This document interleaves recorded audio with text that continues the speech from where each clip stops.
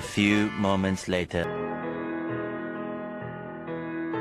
Assalamualaikum warahmatullahi wabarakatuh.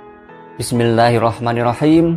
Para pelajar kelas 10, kali ini kita akan memasuki pembahasan bab 2 dalam pembelajaran pendidikan agama Islam dan budi pekerti dengan tema berbusana muslim dan muslimah, cerminan kepribadian dan keindahan.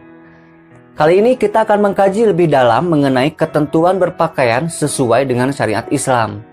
Dan dalam pembahasannya akan dikaji mengenai aurat beserta batasan-batasan aurat serta ketentuannya. Sehingga kita mampu memahami makna berbusana muslim dan muslimah serta membiasakan diri berbusana sesuai dengan syariat Islam. Sebagai seorang muslim, kita meyakini bahwa Islam merupakan agama yang memuliakan manusia.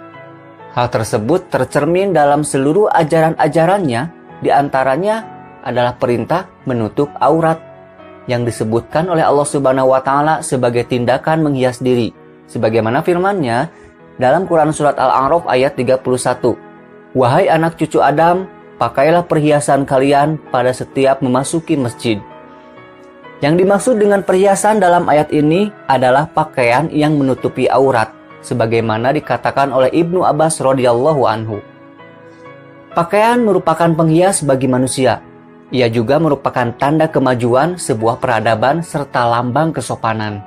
Sebaliknya, ketika tidak berpakaian, maka merupakan salah satu indikasi budaya masyarakat yang primitif, serta merosotnya derajat manusia hingga serendah hewan atau bahkan lebih hina dari binatang. Oleh karena itu, setan selalu menggoda manusia agar manusia menanggalkan pakaiannya dan tidak menutup auratnya. Sementara Allah Subhanahu wa Ta'ala mengingatkan agar manusia tidak tertipu dengan godaan setan. Sebagaimana firman-Nya dalam Quran Surat Al-A'raf ayat 27. Wahai anak cucu Adam, janganlah kalian tertipu oleh setan, sebagaimana dia telah mengeluarkan ibu bapa kalian dari surga dengan menanggalkan pakaian keduanya untuk memperlihatkan aurat keduanya.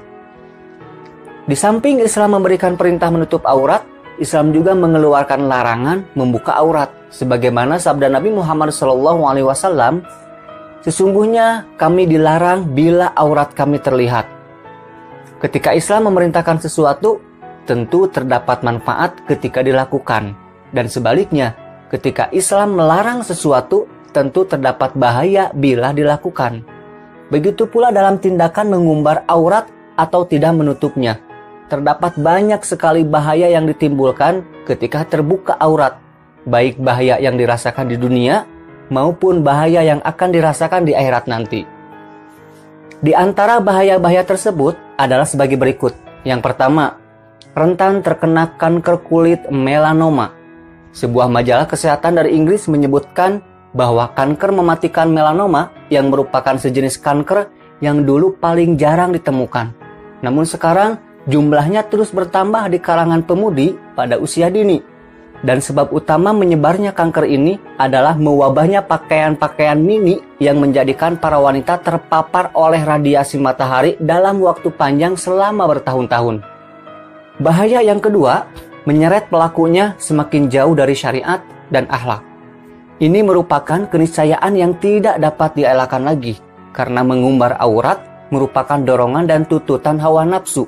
Semakin dituruti, ia akan semakin menuntut lebih dari sebelumnya.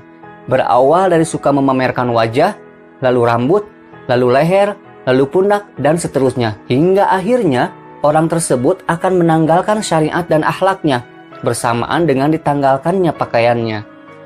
Bahaya yang ketiga, hilangnya rasa malu. Setiap orang yang mengumbar aurat, awalnya pasti dia merasa malu secara fitriah. Namun, karena dorongan nafsu yang lebih kuat, ia abaikan rasa malu tersebut, lalu lambat laun rasa malu itu akan melemah dan terus melemah. Jika rasa malu sudah sirna, bahkan bisa jadi rasa malu itu berubah menjadi rasa bangga dengan perbuatannya yang memamerkan aurat, maka bahaya yang selanjutnya adalah ia akan senantiasa diperbudak oleh nafsunya sendiri. Karena dengan mengumbarnya aurat, ia akan terpaksa harus melakukan hal-hal yang sebelumnya tidak perlu ia lakukan. Seperti memberikan perlindungan ekstra untuk kulitnya dari sengatan sinar UV matahari, memberikan perawatan khusus agar kulitnya terlihat putih bercahaya, mengikuti mode gaya barat mulai dari rambut hingga bawah kakinya, dan melakukan segala usaha agar ia dikatakan menarik dan mempesona. Ini semua di samping merugikan dari sisi finansial, juga mendatangkan banyak bahaya dan dosa. Ironisnya, mereka enggan untuk menjadi hamba Allah, padahal Allah Subhanahu wa Ta'ala telah memberikan kenikmatan yang sangat banyak kepadanya. Namun, mereka malah bersusah payah menjadikan dirinya sebagai budak setan dan hawa nafsunya. Inilah sebabnya mengapa wanita yang mengumbar auratnya terkesan murahan dan rendahan. Mereka mengira dihormati, padahal pada hakikatnya mereka sedang direndahkan. Lihatlah bagaimana mereka disandingkan dengan barang-barang dagangan, atau sebagai perhiasan, atau sebagai penglaris, karena memang ketika itu ia menjadi budak setan dan nafsunya, serta enggan menjadi hamba Allah yang maha mulia. Bahaya mengumbar aurat yang selanjutnya adalah menjadikan manusia tersibukkan oleh syahwat farjinya. Ini merupakan dampak yang paling terlihat dan terasa di zaman ini, bahkan masyarakat manusia muslim sekalipun. Ketika tindakan mengumbar aurat telah merajalela di tengah-tengah mereka, maka hal itu akan berdampak langsung pada tersibukannya mereka oleh nafsu syahwatnya. Kenyataan ini tidak bisa dipungkiri dan tidak terbatas pada usia remaja saja, tapi juga terjadi pada mereka yang sudah berumur. Tidak juga terbatas pada mereka yang berduit dan berpangkat tinggi. Beberapa kali kita mendengar berita seorang bapak miskin menggauli putrinya, atau kakek melarat menggauli cucunya, atau seorang suami membunuh selingkuhannya. Sungguh ini merupakan kemerosotan akhlak dan moral yang luar biasa. Kemerosotan moral ini juga akan berpengaruh buruk pada keamanan masyarakat. Coba kita bayangkan, apa yang akan terjadi bila pihak keluarga korban akhirnya main hakim sendiri. Bayangkan pula bagaimana kekhawatiran masyarakat terhadap kehormatan putri-putrinya. Bukankah ini akan merenggut rasa aman dari hati para orang tua? Bahaya yang selanjutnya adalah turunnya mutu pendidikan sekarang ini. Di banyak daerah dalam negeri kita tercinta ini, pemuda-pemudi merasa malu dan rendah diri bila belum atau tidak memiliki pacar. Yang mereka pikirkan setiap hari, bagaimana menarik perhatian lawan jenisnya, bagaimana menyenangkan pasangannya, bagaimana agar hubungan haram itu tetap selalu teguh dan seterusnya. Begitulah setan menjadikan mereka tertawan oleh nafsu syahwatnya, sehingga mereka rela mengorbankan apapun yang dimilikinya, bahkan meski harus mengorbankan kehormatannya sendiri. Sungguh keadaan ini sangat mempengaruhi mutu pendidikan pemuda-pemudi tersebut, yang seharusnya mereka mengerahkan pikirannya untuk fokus pada pelajaran sekolah, malah mereka arahkan kepada sesuatu yang keji dan hina. Bahaya mengumbar aurat yang selanjutnya ketika dikaji melalui Quran dan Sunnah, yang pertama, para pengumbar aurat akan mendapatkan azab yang pedih di dunia dan di akhirat, karena mereka menjadi sebab utama tersebarnya perbuatan keji zina. Allah Subhanahu wa Ta'ala berfirman di dalam Quran Surat An-Nur ayat 19, sesungguhnya orang-orang yang menginginkan tersebarnya perbuatan keji di kalangan orang-orang yang beriman, bagi mereka azab yang pedih di dunia dan di akhirat. Yang kedua, para pengumbar aurat tidak akan masuk surga, bahkan tidak akan mencium wanginya surga. Sebagaimana sabda Nabi Muhammad SAW, ada dua golongan penduduk neraka yang keduanya belum pernah aku lihat. Yang pertama, kaum yang memiliki cambuk-cambuk seperti ekor sapi yang digunakan untuk memukuli orang-orang. Dan yang kedua, para wanita yang berpakaian tetapi telanjang. Mereka menggoda dan jalannya berlengak-lengok. Kepala-kepala mereka seperti punuk unta yang miring. Para wanita itu tidak akan masuk surga, bahkan tidak mencium wanginya surga. Padahal wanginya bisa tercium dari jarak perjalanan sejauh ini dan sejauh itu. Bahaya yang ketiga, mengumbar aurat merupakan tindakan pamer maksiat. Padahal Nabi Muhammad SAW telah bersabda, seluruh umatku diampuni dosanya, kecuali mereka yang pamer dalam melakukannya. Dan bila maksiat itu tidak diingkari, ia akan mendatangkan azab bagi seluruh masyarakatnya. Karena Nabi Muhammad SAW bersabda, sungguh bila manusia melihat kemungkaran, tapi mereka tidak berusaha mengubahnya, maka Allah akan menurunkan hukuman bagi mereka semuanya. Sungguh banyak bahaya yang ditimbulkan oleh maksiat mengumbar aurat ini. Harusnya menjadikan kita semakin waspada dalam menjaga aurat kita, dan sepatutnya Hal ini memotivasi kita untuk semangat dalam mengingatkan orang lain agar tidak terjerumus dalam perbuatan nista tersebut, atau agar tidak mengulanginya. Jika mereka menerima, maka itulah yang kita harapkan. Namun, jika nasihat kita tidak didengar, maka paling tidak kewajiban nahi munkar kita telah gugur. Sehingga kita akan selamat dari azab Allah dan kita akan mendapatkan pahala dari Allah Subhanahu wa Ta'ala. Para pelajar sekalian, selanjutnya kita akan membahas mengenai makna aurat itu sendiri. Aurat menurut bahasa artinya malu, aib, dan buruk. Menurut istilah dalam hukum Islam, aurat adalah batas minimal dari bagian tubuh yang wajib ditutupi karena perintah Allah Subhanahu wa Ta'ala. Adapun batas aurat bagi laki-laki, mayoritas ulama dari kalangan 4 mazhab berpendapat bahwa batasan aurat bagi laki-laki adalah antara pusar dan lutut. Hal ini berdasarkan keterangan dari baginda Nabi Muhammad SAW. Beliau bersabda, apa yang ada di bawah pusar sampai lutut itu adalah aurat. Hadis riwayat Ahmad dan Ad-Daruqutni.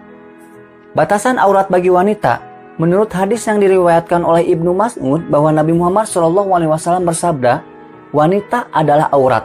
Manakala ia keluar rumah, maka setan akan menyambutnya atau membuatnya indah dalam pandangan laki-laki. Hadis riwayat At-Tirmidzi, Ibnu Husaimah, dan At-Tabrani. Berdasarkan keterangan hadis tersebut, semua ulama telah bersepakat bahwa wanita wajib menutup semua bagian tubuhnya kecuali wajah dan kedua telapak tangannya. Selanjutnya kita akan membahas makna jilbab dan busana muslimah. Secara etimologi, jilbab adalah sebuah pakaian yang longgar untuk menutup seluruh tubuh perempuan kecuali muka dan kedua telapak tangan. Dalam bahasa Arab, jilbab dikenal dengan istilah khimar, dan dalam bahasa Inggris, jilbab dikenal dengan istilah veil.